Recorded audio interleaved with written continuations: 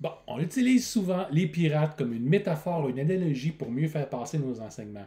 Mais est-ce qu'il y a des pratiques directement venues des pirates de l'âge d'or qu'on puisse utiliser aujourd'hui dans notre milieu de travail? Si on en fait un épisode, Maurice, il y a des bonnes chances que oui. Aujourd'hui, on va explorer plus en profondeur le rôle de quartier-maître et comment est-ce qu'il peut vous être utile dans le quotidien au travail.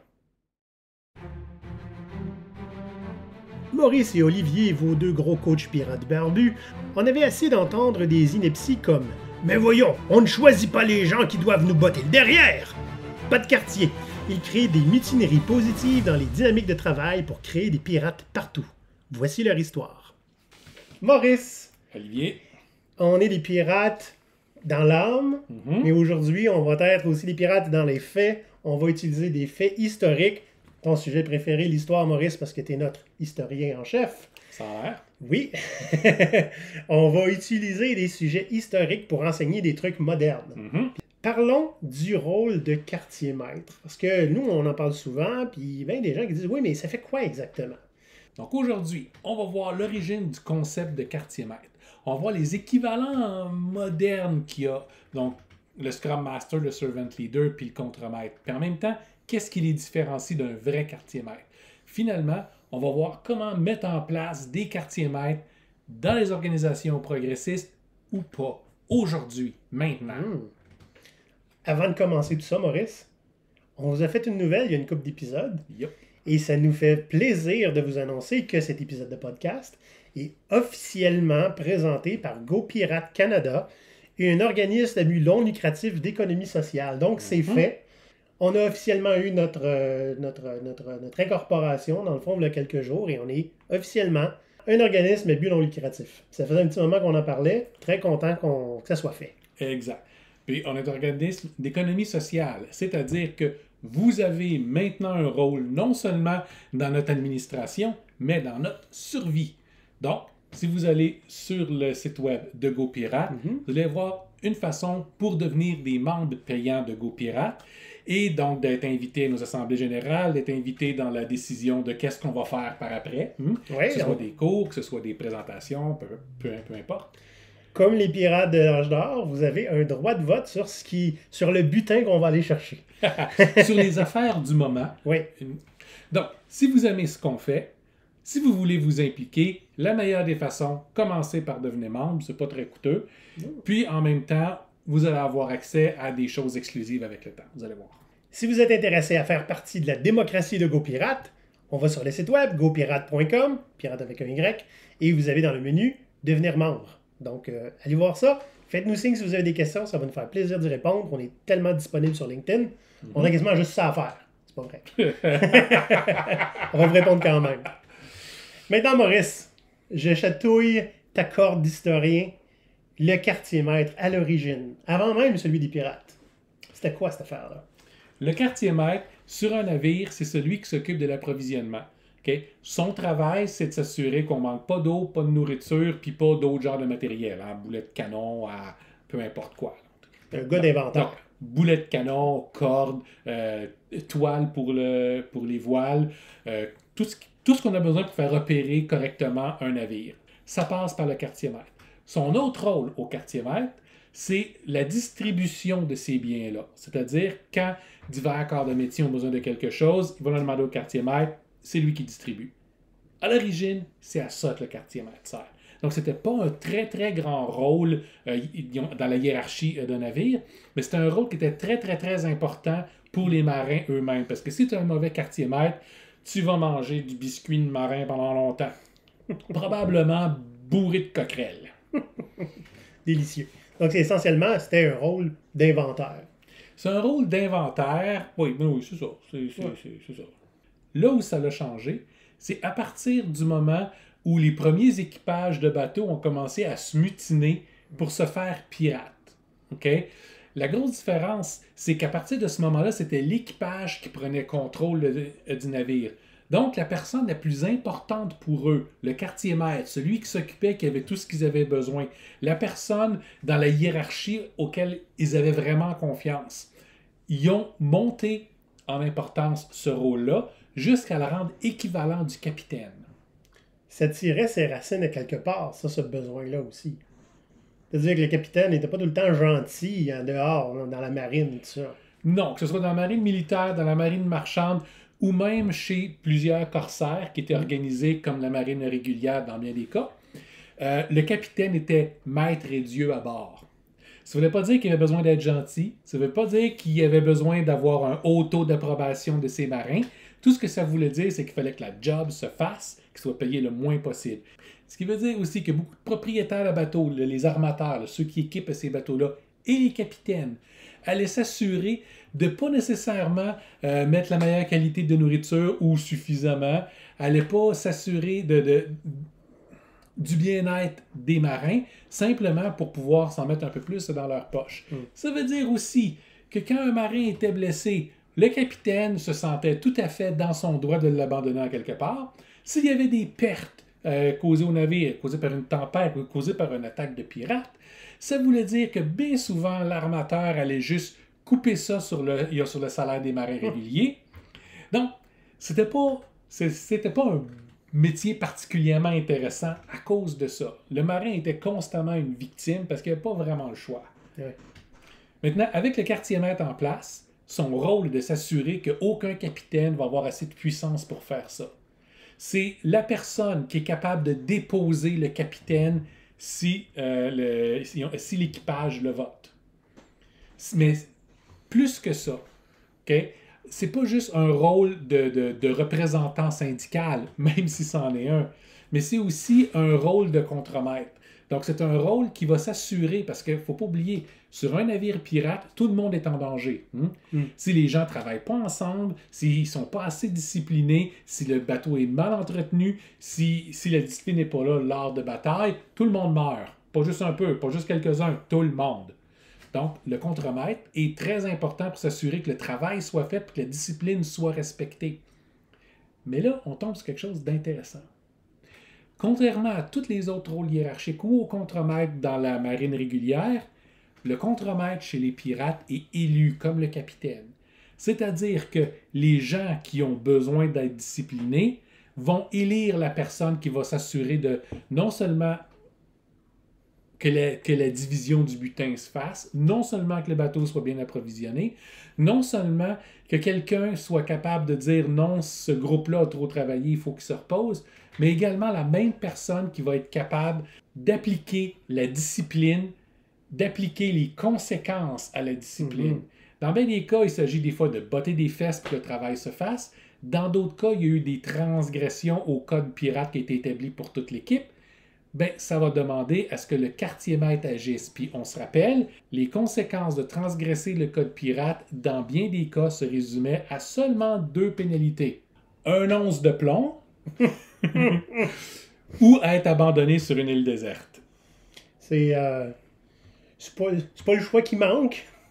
Il pouvait en avoir d'autres. Souvent, c'était perdre une partie du butin ou des choses comme ça. Mais certains crimes, comme voler de la nourriture, par exemple, voler un autre pirate ou se battre sur le bateau, ça demandait des réactions sévères. Puis ça, c'est le rôle du quartier-maître de mettre ça en exécution parce qu'aucun pirate va tolérer que le capitaine le fasse. C'est un peu trop comme un capitaine de marine.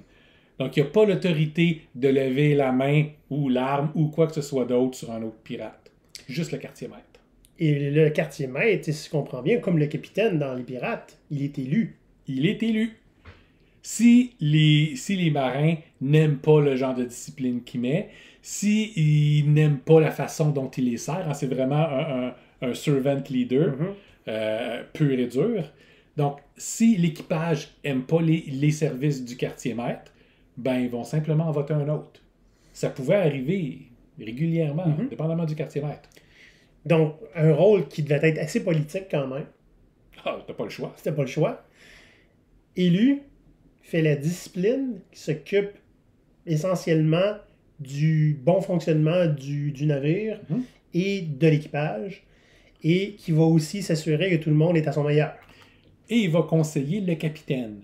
Parce que c'est la voix de l'équipage. Donc, des fois, l'équipage a des messages à faire passer. Des fois, le quartier-maître, qui lui parle toujours avec tout le monde, est capable de parler au capitaine et dire « Gars, c'est pas une bonne idée, ça. » Ce qui va faire aussi l'inverse, c'est-à-dire parler à l'équipage Peut-être au nom du capitaine, je sais pas, je veux dire au nom du capitaine, mais... Passer des messages que le capitaine aimerait passer, mais qui serait peut-être pas le bienvenu qu'il le dise lui-même, Ouais. ça peut se faire aussi. Mm.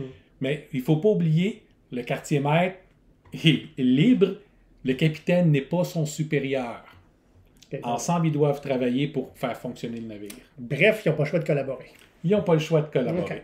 Donc ça, c'est un court résumé, connaissant combien de temps ça aurait pu te prendre, nous raconter ça, de ce que c'était un quartier maître à l'époque de l'argent de la piraterie.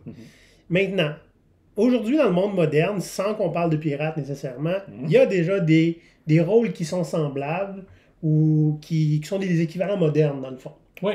Ben, déjà, dans les années 60, on commençait à parler du servant leader. Oui. OK? C'est pas quelque chose qui s'est retrouvé couramment dans les entreprises parce que c'est quoi ça, un leader au service des gens? Voyons donc. Hein? Le concept de servant leader existe de façon académique depuis les années 60. Donc, un servant leader, pour les gens qui ne savent pas qu'est-ce que c'est un leader qui est au service des gens. Donc, l'idée n'est pas de dire aux gens quoi faire, mais de les supporter pour qu'ils puissent atteindre un but ensemble, de leur donner ce qu'ils ont besoin pour réussir, de les aider à se développer et à développer leur propre leadership eux-mêmes. Donc, c'est vraiment un rôle et de leadership et de support. Mais si on avait le choix, le premier entre les deux, on dirait que c'est d'abord et avant tout un rôle de support. Ouais. C'est bon. Ça englobe beaucoup d'autres rôles, dans le fond, hein, presque les deux autres qu'on va parler. Oui et non. OK. Le deuxième rôle, j'aimerais ça qu'on parle du contremaître. OK. Allons-y avec le contremaître. Un contremaître, ça existe depuis l'époque des Sumériens. C'est un boss de petits groupes qui est là pour s'assurer que la performance soit maintenue et que la discipline soit maintenue. C'est une bonne partie de ce que va faire un quartier maître. Mais en même temps, le contremaître, c'est une position hiérarchique. C'est pas élu, c'est nommé. Puis son rôle est de supporter ce que ses patrons à lui veulent. Donc, il n'est pas là pour défendre, pour aider l'équipe en tant que telle. Donc, un bon contremaître va pouvoir se comporter comme un servant leader. Donc, il va pouvoir supporter son équipe dans le but de réussir. Maintenant, il y a bien des contremaîtres qui vont nous écouter, qui vont dire « Wow, minute, petit gars. Ma job, c'est pas faire ça. Si je veux être un bon contremaître, ce qu'il faut que je fasse, c'est de prouver qu'on atteigne les cibles de performance. C'est pas là pour être confortable parce que le travail, c'est pas une place pour s'amuser. » Bien, ça, c'est la mentalité de base d'un contremaître. Et c'est la mentalité de base qu'on va trouver dans la plupart des organisations qui considèrent essentiellement leurs employés comme étant des ressources puis des exécutants, du monde pour travailler, pour extraire de la valeur de l'endroit où ils sont. Donc, il y a une partie du rôle là, qu'on retrouve chez le contremaître et chez le quartier-maître. De nos jours, c'est l'approche qui est différente de la mentalité. Dans le fond, les prémices sont un peu différentes. Ben, même à l'époque, les rôles sont quand même apparentés. Quand le quartier-maître s'est fait élire à un poste beaucoup plus élevé par les pirates, l'idée du contremaître était quand même là, parce que c'est un contremaître aussi. C'était une notion qui était connue à l'époque. Donc, ça a été intégré dans le rôle du quartier-maître. Okay. Donc, il a juste évolué, dans le fond, pour le bien de l'équipage, puis pour les besoins de la cause. Exact. Okay. Ceux qui travaillent peut-être plus dans le monde des TI, de la programmation, vous êtes habitués d'entendre le Scrum Master. Scrum Master. Un Scrum Master, ce n'est pas un gestionnaire. Un Scrum Master, ce n'est pas un chef d'équipe.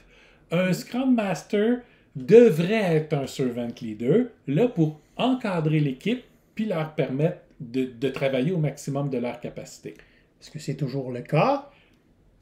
Non. La plupart des Scrum Masters, ce sont des gens qui étaient des gestionnaires, qui ont pris 2 jours de cours, puis depuis ce temps-là, ils ont changé de titre.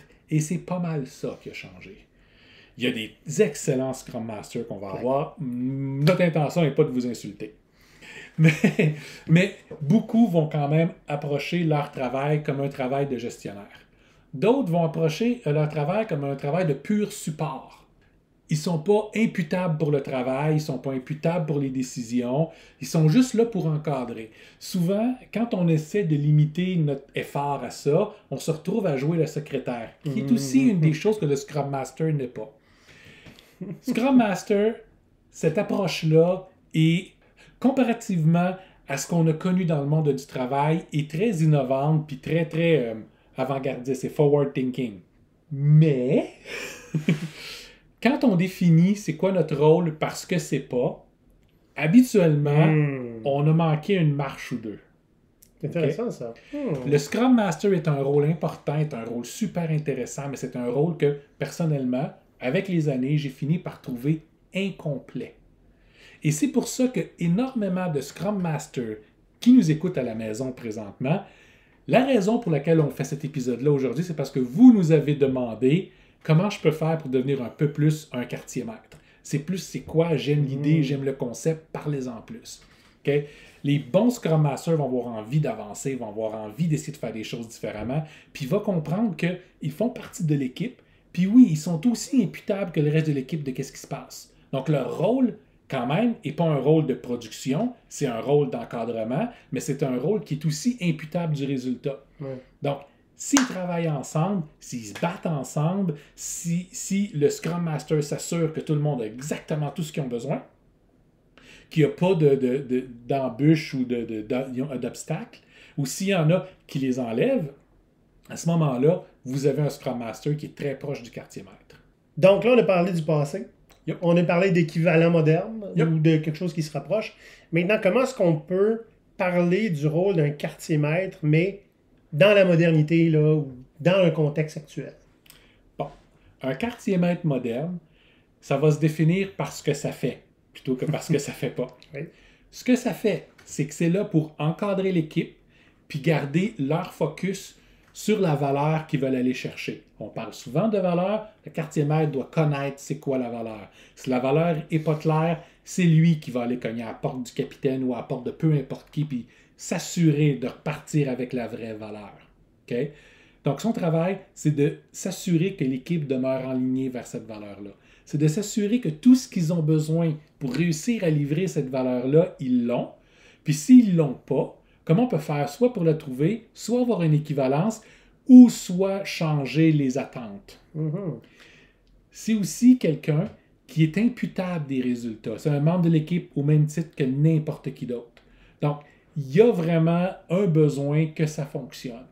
Puis, un quartier maître va s'assurer que son équipe définisse leurs règles de travail, leur propre code pirate. Mm-hmm. Puis, il va s'assurer que ce soit respecté. Donc, il fait aussi la discipline. Et très, très, très important. Si l'équipe élit son quartier maître, vous avez un vrai quartier maître. Mm. Sinon, si quelqu'un est nommé pour être quartier maître, ça se retrouve à être un niveau hiérarchique différent. Okay? C'est problématique à ce moment-là. C'est problématique. Donc, tous les Scrum Masters qui nous écoutent, qui disent « je veux devenir plus un quartier maître », c'est difficile d'être un vrai quartier maître à 100% si l'équipe ne vous élit pas dans ce rôle-là. Ce qui ne veut pas dire que même si vous avez été embauché pour être un Scrum Master ou embauché pour être un gestionnaire, ça ne veut pas dire que vous ne pouvez pas être un quartier maître. Ça veut dire que il faut que vous arriviez à développer la confiance de votre équipe en vous suffisamment pour qu'ils vous reconnaissent ce rôle-là.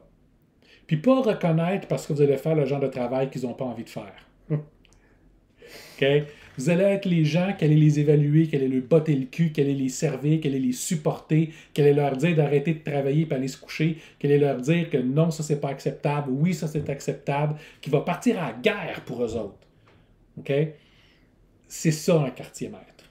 C'est un rôle d'action et en aucun cas c'est un rôle passif. Donc si vous êtes un Scrum Master qui se dit « j'ai pas peur de perdre mon emploi puis je me ramasse dans des batailles avec la hiérarchie aussi souvent que j'ai envie d'avoir à le faire, aussi souvent qu'il y a un besoin pour le faire, vous êtes un bon candidat pour faire un quartier maître. » Donc, on résume ça.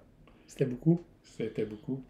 Donc, on s'occupe de s'assurer que la valeur qu'on va aller chercher est claire, que l'objectif est clair. On fait la discipline basée sur les règlements de l'équipe, pas les règlements de l'extérieur. On est élu et on est un rôle actif et non passif. Ouais. Ça, c'est les bonnes qualités d'un quartier maître. On s'assure que l'équipe livre ses promesses. Ouais. On s'assure que l'équipe prenne les bonnes promesses. On voit souvent des équipes agiles qui vont faire des promesses beaucoup plus grosses que leur capacité à livrer. Puis là, c'est toujours une question de fin de sprint, qu'est-ce qu'on repousse, qu'est-ce qu'on ne se pousse pas. Écoutez, un bon quartier maître va vous donner quoi? 1 semaine, 2 semaines pour figurer la charge que vous êtes capable de faire. Puis après ça, il ne vous laissera pas en prendre trop. il ne vous laissera pas en prendre pas assez non plus. Donc, si vous finissez plus vite, il va s'assurer que vous rajoutez. Okay? Il va s'assurer que vous travaillez au meilleur de votre capacité, à un bon rythme soutenable, que vous livrez la bonne valeur, puis que votre influence en tant qu'équipe se développe. Parce qu'une équipe qui est influente dans une organisation va être capable de dicter ce qu'elle veut avoir, va être capable de parler de plus en plus d'égal à égal avec ses supérieurs hiérarchiques. C'est ça que vous voulez avoir. Puis un bon quartier-maître va vous amener à faire ça. Est-ce que c'est clair, les amis? Bon, maintenant, Maurice, là, on a parlé un peu dans un contexte d'entreprise moderne. Ouais. Maintenant, là, comment on met ça en place? C'est pas facile. Ben, c'est pas si difficile que ça. Ce que ça prend, ce sont deux choses. Si on veut vraiment le faire dans les règles de l'art. Ouais. Un, ça prend une entreprise qui va accepter que les équipes nomment leur quartier-maître. Fait que, on en élimine combien de pourcents? Beaucoup de pourcents. Parce que la plupart des entreprises modernes, le contrôle est extrêmement important. Ouais. Donc, on ne laissera pas les gens décider pour eux autres mêmes. Mais ça vaut la peine d'avoir cette discussion-là. Puis si vous augmentez votre capacité à influencer au sein de l'organisation, ça, c'est un des éléments que vous devriez essayer de mettre de l'avant. La deuxième des choses, ça prend la bonne personne. Okay? C'est pas parce que vous aimez beaucoup les gens puis que vous avez une mentalité très, très ressources humaines que vous allez faire un bon quartier-maître. Okay? Ça prend en même temps beaucoup d'empathie puis beaucoup de pogne. Il s'apprend ce qu'on appelle un bullshit detector. Hein? Comprendre quand... Tu sais, un parent de jeunes enfants qui vont tout le temps mal au ventre par aller à l'école, là, commence à avoir un bon bullshit detector. Mais il faut voir ça tout le temps. T'sais, ben, mon travail n'est pas prêt parce que telle affaire ne veut pas compiler avec telle autre affaire. Pas besoin d'être nécessairement très, très technique pour savoir quand l'autre vous ment ou pas. Quand, ben là, j'ai eu un problème puis ça retarde. Ben là, j'ai besoin de telle affaire. Okay? Un bon quartier-maître va être en mesure d'aller jusqu'au fond des choses puis de s'assurer que les besoins sont bien remplis puis il n'y a pas d'exagération puis il n'y a pas d'abus. Tu sais, c'est aussi de s'assurer qu'il y a un ownership qui est pris par l'équipe de son travail. Là. Tu sais, j'avais un collègue, moi, quand il se faisait dire « Ah, mais j'ai demandé à l'autre de l'autre équipe qui peut nous aider, là, puis il m'a jamais répondu. » Il prenait son téléphone, là, il faisait semblant d'appeler le propriétaire de l'entreprise. Là, « Ouais, il va falloir qu'on ferme la compagnie parce que le gars de l'autre équipe n'a pas répondu. » C'est bon? Merci! Les messages étaient clairs. Ton bon quartier-maître, dans ce cas-là, va remettre dans le visage la personne qui vient de dire ça, puis va aller voir l'autre qui n'a pas répondu pour savoir qu'est-ce qui s'est passé. Des fois, distribuer des claques, c'est nécessaire. Donc, ça prend une certaine personnalité. Si vous avez cette personnalité-là, le tough but fair, hein, quelqu'un qui est ferme et juste, c'est ça que ça prend. Parce que la notion de justice là-dedans est extrêmement importante.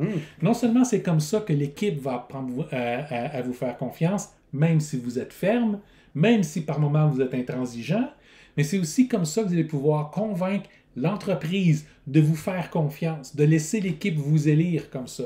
Oui, il peut y avoir un gestionnaire relativement faible qui a cette position-là, puis que son rôle essentiellement, c'est d'être le bouc émissaire si jamais les choses ne fonctionnent pas.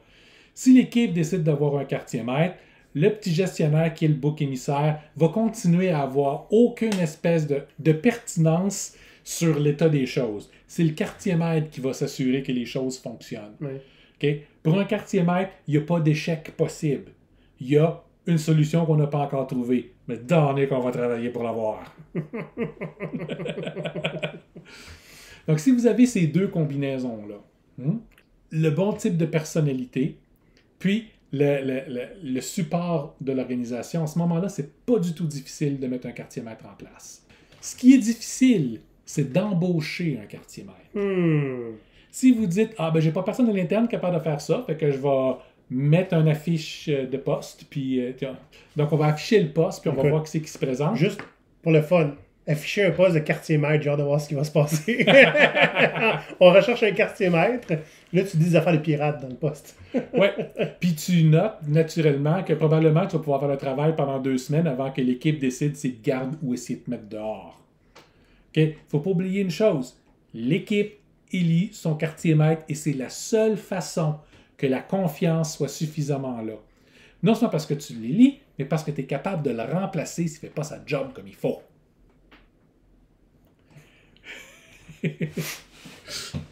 Ça peut sembler comme un genre de poste qui va être très instable. Qui est-ce qui voudrait avoir envie de faire ça?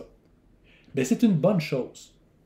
Parce qu'il y a énormément de gens qui vont vouloir devenir Scrum Master. Parce que c'est comme être gestionnaire, mais sans les responsabilités. Il y a très peu de gens qui vont vouloir devenir un quartier maître parce que c'est plus de responsabilités, de plus de façons différentes, puis c'est pas mal de troubles. Mais les gens qui vont vouloir le devenir, là, vous avez trouvé votre bonne personne. Vous avez trouvé quelqu'un qui va avoir envie de prendre soin de son monde puis de donner des résultats, qui va vouloir travailler avec l'équipe. À ce moment-là, ça vaut la peine de les essayer. Beaucoup de quartiers maîtres n'ont pas commencé comme quartier maître. Ils ont fait le travail, ils ont été des matelots pendant longtemps, ils ont servi à différents types de rôles, ils ont été des spécialistes pendant longtemps avant d'être élus comme tels. Leur élection est méritée. Ils ont gagné la confiance au fil du temps. Donc, ma recommandation est n'embauchez pas un quartier maître. Assurez-vous que le quartier maître soit élu, puis émerge. Okay? C'est un métier qui s'apprend. Puis même quand tu es élu quartier maître, tu ne seras pas parfait tout de suite. C'est pour ça, entre autres, que nous, avec GoPirate, on offre des services d'accompagnement pour les quartiers maîtres. Okay? Il n'y a pas beaucoup de monde qui font ça au Québec, Maurice. Non, il n'y a pas beaucoup de monde qui font ça nulle part. Puis c'est un service qui est fort abordable. Mais même si vous n'êtes pas accompagné, quand on comprend c'est quoi les responsabilités, qu'on a envie de faire le travail, puis que les gens nous font confiance, ben c'est correct si on n'est pas parfait tout le temps. Okay? Ça prend du temps à apprendre. C'est un travail qui s'apprend aussi. Puis si ça donne que tu ne fais pas l'affaire, ben l'équipe va juste te remplacer. Je connais pas beaucoup de monde qui sont parfaits tout le temps, de toute façon. Il n'y a pas grand monde qui est parfait tout le temps. Okay? Ce qui peut vouloir dire aussi, puis c'est ça que je trouve intéressant, la majeure partie des quartiers maîtres sont des gens avec beaucoup d'expérience. Okay? Mais des fois, on en a vu que c'est des petits nouveaux. Complets. C'est juste que pour une raison quelconque, ce petit nouveau-là arrive à se détacher en quelqu'un à qui tu peux avoir confiance, puis il n'a pas froid aux yeux. Fait qu'il peut très bien se faire élire comme quartier maître. Oui, pourquoi pas? Si la confiance de l'équipe est là, c'est la chose la plus importante de laquelle vous avez besoin. La deuxième affaire, c'est qu'il faut que vous ameniez des résultats, parce que sinon, l'organisation ne vous gardera pas en place non plus. Dans une organisation qui est progressiste, amener l'idée d'un quartier maître n'est pas très difficile parce qu'il y a déjà un dialogue entre les employés puis la direction. La dynamique est déjà différente. Là. Exact. Donc, cette dynamique-là, ça peut être quelque chose qui peut être proposé à l'essai pendant quelques temps, voir si ça fonctionne. Dans une entreprise qui est plus traditionnelle, alors là, vous pouvez voir des fois des quartiers maîtres s'élever, mais des quartiers maîtres qui sont non officiels. Ouais. On a parlé du everyman leader, le leader au quotidien. Le quartier maître dans un environnement traditionnel est un peu de cette trempe-là. Et il y en a qui vont s'élever sans que personne leur donne ce genre de droit-là. Ce sont les gens qui vont simplement le prendre, comme des vrais pirates, dont l'autorité va être accordée par l'équipe, ou les équipes. On peut avoir un quartier maître pour plusieurs équipes différentes. Là. Ouais. Donc, et puis éventuellement, ben, ça va pouvoir être reconnu par l'organisation. Ou pas. Oui. Tu sais, on en a eu, nous, des gens qu'on a équipés pour être quartier maître dans nos masterminds qui sont terminés aujourd'hui. Oui. On en a équipé chez des clients. Oui. Là où les clients ne comprenaient pas, étaient incapables d'imaginer élire un rôle de gestion. Donc, la plupart des gens qu'on a équipés comme quartier maître sont officieux. Ils ne sont pas officiels, ils n'ont pas été élus. Il y avait juste la trempe pour le faire, puis ils voulaient qu'on les aide à le devenir. Puis, à date, tous ceux qu'on a accompagnés comme ça font une bonne job. Il y en a même sur notre CA. Oui, oui, maintenant, sur notre conseil d'administration, on a certaines des personnes à qui on a appris les bases pour être des vrais pirates, puis des bases pour être des quartiers maîtres, mais juste les bases. Oui. Mais c'est assez. C'est assez pour commencer. On a notamment une personne sur notre CA dont le rôle principal est juste de nous passer des claques derrière la tête si on ne fait pas la bonne affaire. C'est ce qu'on lui a dit qu'on avait besoin de sa part. Oui. On a essentiellement élu notre propre quartier maître. Oui. Donc, Marie-Hélène. Merci. Merci. Et tu connais le derrière de notre tête maintenant. Donc, laisse-toi aller. Donc maintenant, comme on l'a dit plus tôt dans l'épisode, qu'on est officiellement une OSBL ou OBNL, hein, les deux sont bons apparemment, donc à but non lucratif, notre focus dans les mois à venir va être entre autres de faire des formations en ligne. Et il y en a une qui va être spécifiquement pour former des quartiers maîtres. Oui. C'est un beau projet qu'on a. Mon plan est pas mal tout fait. Maintenant, il va falloir que nos membres le priorisent suffisamment haut. Oui. Si c'est le genre de formation que vous voulez avoir arrivé tôt, c'est le temps de devenir membre parce qu'on va vous offrir des choix très bientôt. Puis en attendant, là moi je serais curieux parce qu'il y a des gens qui nous écoutent, c'est pas pour rien, c'est parce qu'ils sont un peu pirates eux autres ici. J'aimerais bien savoir, vous, est-ce que vous avez les qualités d'un quartier maître que vous utilisez déjà au travail, que vous ne le saviez juste pas? Faites-nous signe, on voudrait vous parler. Ouais. Ouais, peut-être même vous inviter. Hein? Pourquoi pas? Si vous avez de la trempe tant que ça, viendrez nous parler live. Donc, sinon, Maurice, je serais curieux aussi de savoir s'il y a des gens dans l'auditoire qui ont déjà élu un rôle semblable, même si c'est leur gestionnaire. Hein? Élire quelqu'un qui va faire la discipline puis qui va s'occuper de nous, c'est quand même pas quelque chose qui est commun. C'est pas commun. Et si vous le faites, faites-nous signe, on va peut-être vous inviter aux autres ici. Là-dessus, ben, pour nous faire signe, notre courriel, c'est ahoy@gopirate.com, A-H-O-Y. On peut nous rejoindre sur LinkedIn. Si vous êtes sur YouTube, faites like sur la vidéo et abonnez-vous à la chaîne pour rien manquer. Et il me semble qu'il y en a fait qu'on oublie tout le temps, non? Et n'oubliez pas aussi, on a une newsletter. Si vous allez sur gopirate.com, vous pouvez vous inscrire à l'infolettre. On va commencer à être un petit peu plus actif avec l'infolettre vu que... Des fois, on l'envoie. Des fois, on l'envoie et puis ben, on n'aura pas bien le choix parce que maintenant, on est un organisme. Il faut envoyer des nouvelles et des informations. Donc, allez vous inscrire, ça ne coûte rien, évidemment. On a aussi l'Académie Pirate qui est en place. On va revoir le concept parce qu'on aimerait ça être plus présent dedans puis offrir des choses pour tout le monde. C'est un peu comme le membership, mais vous n'avez pas de droit de vote, vous n'avez pas accès à rien qui est privilégié. C'est vraiment plus l'idée de créer une communauté. Et on doit l'avouer, à date, on n'est pas très présent. C'est notre faute. On est juste déporté. Oui, ben la priorité, c'était de devenir un organisme à but non lucratif. Maintenant que c'est fait... Ben, la priorité est de commencer à sortir les premiers services pour tout le monde. Voilà. Mais ces services-là, on va les annoncer, entre autres, sur l'Académie Pirate. Oui. L'Académie, votre adhésion, c'est gratuit, ça. C'est pas comme le membership. Si vous prenez le membership, vous devenez automatiquement aussi membre de l'Académie Pirate. Maintenant qu'on a tout dit ça, puis qu'on a le gosier sec, moi je propose qu'on aille servir à boire et qu'on vous dise au prochain épisode, chers pirates, à la prochaine. Bye bye. Ciao. Nicolas.